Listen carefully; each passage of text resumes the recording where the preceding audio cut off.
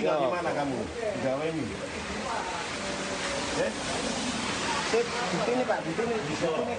Pencuri kotak amal ini akhirnya ditangkap warga usai sempat melarikan diri. Pelaku kepergok saat mencuri kotak amal di Musola Al-Aqsa, Desa Kaligoro, Kutorejo, Kabupaten Mojokerto. Sebelumnya aksi pelaku terekam kamera CCTV. Terlihat pelaku mencongkel dan menggasak uang kotak amal senilai Rp500.000. Pelaku sempat kabur dan berhasil ditangkap warga setelah dilakukan pengejaran. Masuk musola dan mengambil barang di masjid. Saya kira itu mengambil kotak amal, mau naruh kotak amal, mau mencuri gitu. Nah terus saya cek, orangnya keluar, saya cek ternyata betul. Dan itu loh, kotak amalnya dibawa, uangnya dibawa. Aksi pencurian di musola ini kerap kali terjadi, sehingga warga berinisiatif untuk memasang CCTV di dalam musola. Dari Kabupaten Mojokerto, Solahuddin melaporkan. Aksi konvoi dan blokade jalan yang dilakukan puluhan komplotan anak muda di sepanjang jalur Surabaya Sidoarjo, Jawa Timur. Untuk masa di depan Puri Surajaya.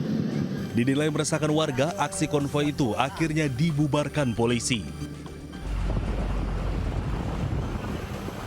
Sejumlah pemuda ditindak dengan menuntun motor mereka menuju Mako Polresta Sidoarjo dan sejumlah polsek setempat. Para pemuda didata dan diminta untuk membuat surat perjanjian tidak akan mengulangi perbuatannya yang meresahkan warga. Dalam konvoi tercatat ada lebih dari 30 orang pemuda yang ditangkap oleh petugas kepolisian. Dari Sidoarjo, Jawa Timur, Pramono Putra, Ayus melaporkan. Seorang perempuan menggerebek suaminya, pegawai P3K, yang diduga berselingkuh di Bandung, Jawa Barat. Sementara sesosok bayi ditemukan warga di semak belukar dalam kondisi kedinginan.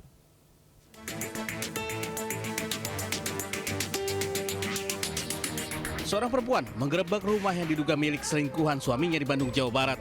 Awalnya sang suami bersembunyi di kamar selingkuhannya, namun akhirnya kepergok. Cekcok keduanya akhirnya tak terhindarkan. Sementara perempuan yang diduga selingkuhan sang pria hanya bisa terdiam sambil mencoba mengklarifikasi dengan menunjukkan bukti lewat ponsel. Peristiwa itu sudah dilaporkan sang istri ke dinas terkait baik ke DPKP dan Badan Kepegawaian dan Sumber Daya Manusia. Berdasarkan laporan yang diterima DPKP Kota Bandung, pegawai tersebut bertugas sebagai staf di bidang kebersihan Taman DPKP Kota Bandung. Dari Bandung, Jawa Barat, Billy Maulana, Fikran Ayus melaporkan. Ini posisi bayinya masih hidup. Warga Kecamatan Padang Guci, Kabupaten Kaur, Bengkulu menemukan bayi perempuan tanpa terbungkus kain di semak belukar. Kondisi bayi dalam keadaan membiru, warga yang panik langsung menghubungi polisi hingga akhirnya bayi selamat setelah dibawa ke puskesmas terdekat. Bayi ditemukan seorang warga yang curiga melihat gerak-gerik pengendara motor beberapa kali melintas. Tak berlangsung lama usai penemuan, polisi langsung meringkus pelaku pembuang bayi yang merupakan ibu kandungnya sendiri. Usai membuang bayinya, pelaku mengalami pendarahan dan dilarikan ke rumah sakit Mana, Kabupaten Bengkulu Selatan. Selain ibu kandungnya, polisi juga menangkap dua pria yang ikut mengantarkan pelaku. Dari Kaur, Bengkulu, Endro Dwirawan Anyus melaporkan. Guru SMK lapor polisi atas kasus pengeroyokan oleh siswanya sendiri. Sementara itu karena kesal dititipkan anak, seorang pria tega menganiaya mantan istri dan anak kandungnya.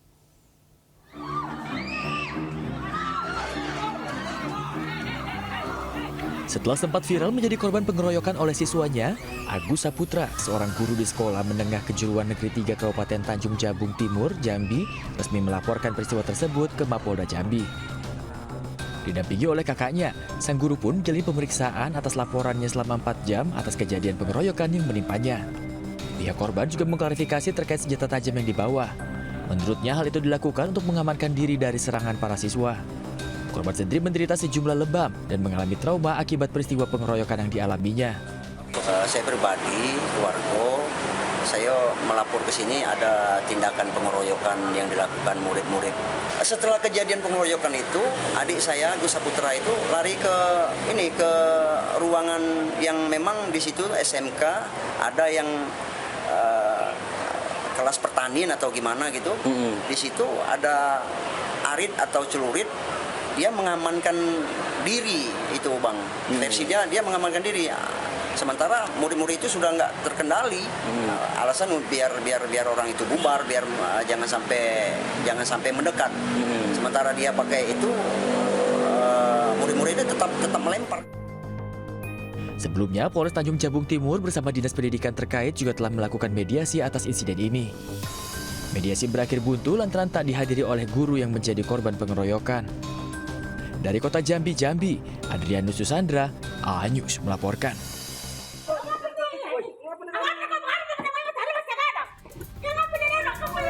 Aksi penganiayaan yang dilakukan oleh seorang pria terhadap mantan istri dan anaknya di Kabupaten Takalar, Sulawesi Selatan. Pelaku memukul wajah, punggung, serta kepala mantan istrinya hingga mengalami luka. Tidak hanya itu, pelaku yang emosi bahkan tega melempar anaknya yang masih balita dan menendang salah seorang warga yang berusaha memberikan pertolongan. Diduga penganiayaan karena pelaku kesal saat korban menitipkan anaknya kepada pelaku. Menurut korban, ia dipukul oleh mantan suaminya hingga luka di bibir, punggung, hingga kepala. Jadi motifnya adalah si korban ini mau simpang anaknya di mantan suaminya. Sehingga suaminya marah karena si anak ini tidak ada perlengkapan bayinya. Misalnya ada popoknya atau kelengkapan, sehingga dia mau kembalikan lagi anaknya ke mantan istrinya.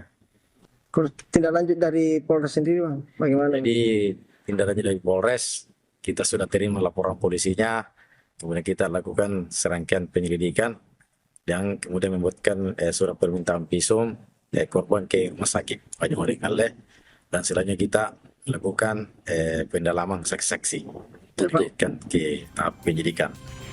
Kasus penganiayaan kini dalam penyelidikan aparat Satreskrim Polres Takalar, Sulawesi Selatan. Dari Kabupaten Takalar, Sulawesi Selatan, Bukma, A-News melaporkan. Pemirsa, tersangka pembunuhan anak politisi PKS di Cilegon, Banten dihadirkan polisi untuk reka ulang. Sementara itu, seorang pekerja di Lampung tersengat listrik saat renovasi sebuah pondok pesantren.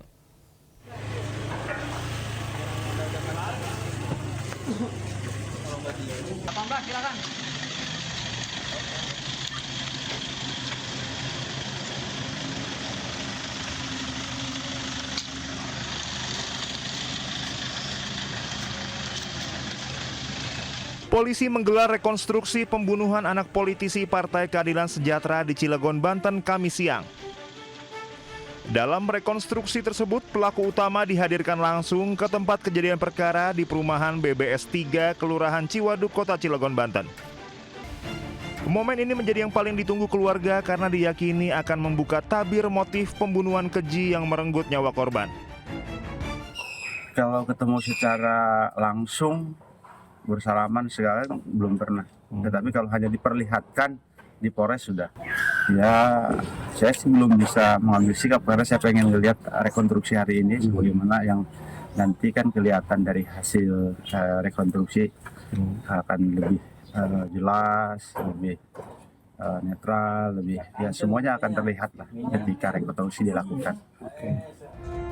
Berdasarkan hasil penyidikan sementara, korban tewas dibunuh pelaku dengan 19 tusukan yang menyebabkan korban kehilangan nyawa di dalam rumahnya. Dari Cilegon, Banten, Iskandar Nasution, A-News melaporkan.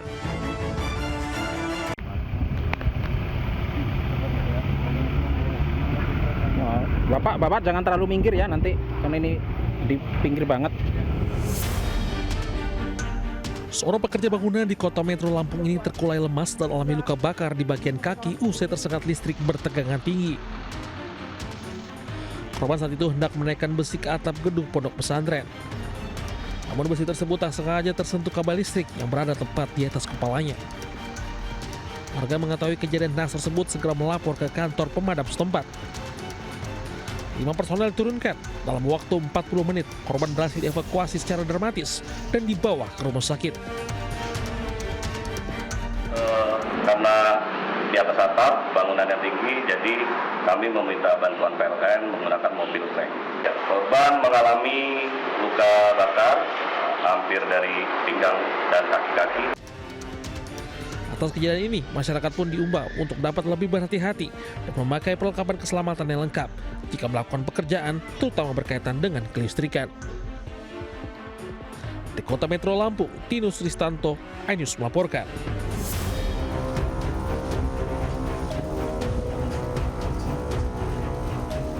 Inilah SP, CK, dan ZK, 3 pria yang tega melecehkan anak berumur 14 tahun di salah satu kecamatan di Bone Bolango, Gorontalo. Aksi bejat ketiganya terbongkar usai keluarga korban mengetahui peristiwa terjadi di sebuah salon kecantikan. Para pelaku bersama korban diketahui tengah nongkrong sambil minum minuman keras. Dalam keadaan mabuk, ketiga pelaku melecehkan korban yang tengah beristirahat di sebuah kamar. Korban sempat melawan, namun tak berdaya karena mendapat ancaman.